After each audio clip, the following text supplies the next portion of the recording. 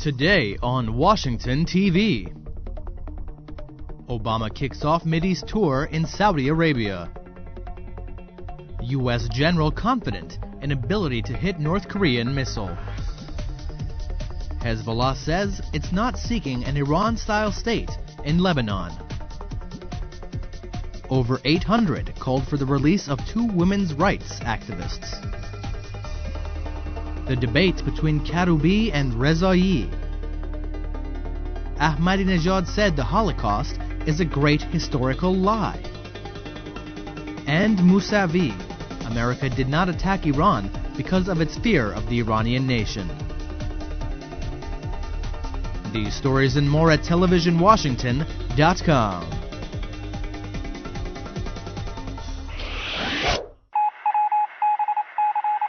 Today in Washington. U.S. President Obama arrived in Saudi Arabia today on a Middle East tour that aims to reach out to the Muslim world. Obama arrived in Riyadh to a red carpet welcome and was greeted by Saudi King Abdullah. The two men will hold talks on the Middle East peace process, Washington's outreach to Iran, and oil. Shortly after Obama arrived, Al Jazeera television aired a recording of al-Qaeda leader Osama bin Laden, in which he accused the American president of perpetuating former President George W. Bush's policies of antagonizing Muslims. A U.S. Defense Department official said yesterday that the United States has improved its ability to shoot down long-range missiles that could be launched by North Korea. Army Lieutenant General Patrick O'Reilly, the head of the Pentagon's Missile Defense Agency, said that assessment was made based on a trio of tests mimicking such an attack. He said that America's ability to hit a specific spot on a target missile had improved drastically during the tests. He added, quote, "I do believe it's likely we're going to have a successful intercept against the capability based on the data I've seen." The New York Times reported today that a confidential report with detailed information about America's civilian nuclear sites and programs was mistakenly made public this week. The 266-page report, which includes maps of facilities holding stockpiles of fuel for nuclear weapons, was posted on the website of the government printing office. It was removed from the site late Tuesday. Some nuclear experts said that the release did not pose a security threat, as many of the details revealed were already known publicly.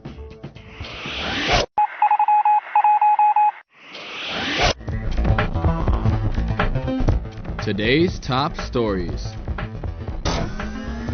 China yesterday blocked access to a number of social networking sites 2 days ahead of the 20th anniversary of the Tiananmen Square crackdown. Reporters Without Borders expressed outrage by Beijing's decision to block popular sites such as Twitter, YouTube, and Flickr. It said, quote, "By blocking access to a dozen websites used daily by millions of Chinese citizens, the authorities have opted for censorship at any price, rather than accept a debate about this event. Hundreds of people were killed during the peaceful demonstrations in and around Beijing's Tiananmen Square on June 3rd and 4th in 1989. The incident still remains a taboo subject in China." Hezbollah's second-in-command, Sheikh Naim Qasim, yesterday rejected accusations that it would implement an Iranian-style Islamic State in Lebanon if it wins parliamentary elections on Sunday. Qasim, who voiced confidence in Hezbollah's victory in the election, also said that the Iranian and Syrian-backed group would invite its Western-backed opponents to join a national unity government if it wins. The election has so far been considered too close to call. U.S. Vice President Joe Biden said last month that Washington would reassess aid to Lebanon, depending on the makeup and policies of the next government.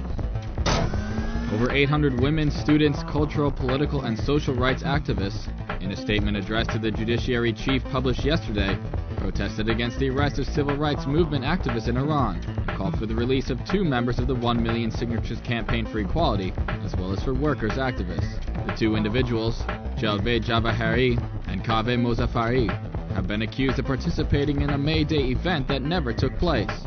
An event commemorating May 1st, the International Workers' Day, had been planned this year by a few independent workers' organizations and unions in Tehran's Laleh Park, but the security and law enforcement forces prevented the event from taking place and arrested over 70 individuals who were planning on participating in it. Today in election news. The first round of presidential debates held by candidates Mehdi Karroubi and Rezai was broadcast live from Network 3 of The Voice and Vision at 10:30 p.m. local time yesterday. The two presidential hopefuls discussed their prospective economic, political, and social agendas during the debate. The former Majlis Speaker and pro-reform candidate Mehdi Karroubi expressed regret that the government does not respect the rights of the citizenry. He said, "Attention should be paid to different regions and various ethnic communities, including the Kurds, the Arabs, or the Sunni Brethren. These communities should not feel that they are second-class citizens." For his part, Mohsen Rezai, the Secretary of the Expediency Council, referred to his economic agenda in this debate and said that he was seeking to have an economic revolution in Iran. He stressed, "In the view of this servant, all of the infrastructures of the economy should be redirected away from the government and rentierism, and toward new high-earning, non-governmental structures, and just as there has been a change in politics, the next change must be realized in the economy." Both candidates spoke about their plans to give a share of the oil profits to the people. Today, Wednesday, the second round of presidential debates held between Mahmoud Ahmadinejad and Mir Hossein Mousavi will be broadcast live at 10:30 p.m. local time by Network 3 of the state-owned TV. Iran's President Mahmoud Ahmadinejad, who was meeting with foreign guests attending the 20th anniversary of the demise of Ayatollah Ruhollah Khomeini, today called the Holocaust a historical deception. According to the semi-official ISNA news agency, Ahmadinejad said, "The Holocaust is a great historical deception and the Zionist regime is the most criminal, fake regime in history." Ahmadinejad also accused Israeli leaders of describing the oppressed and defenseless people of Gaza as terrorists and killing them simply because they defend themselves. He went on to say, "The movement started by Ayatollah Khomeini was guided by the Almighty God and was in continuation of the movement started by the Divine Prophet." Ahmadinejad added, "Today, with the grace of God, the capitalist system and liberal democracy, together with the arrogance that has sprung from it, are at their endpoint." He also said that the liberal democracy, both in theory and practice, has reached a complete impasse, and added, "In the past 30 years, this ideology has not had anything new to offer." The Iranian president stated that the mission of reforming the world is a universal duty, and all the people of the world must link arms and take steps towards that end.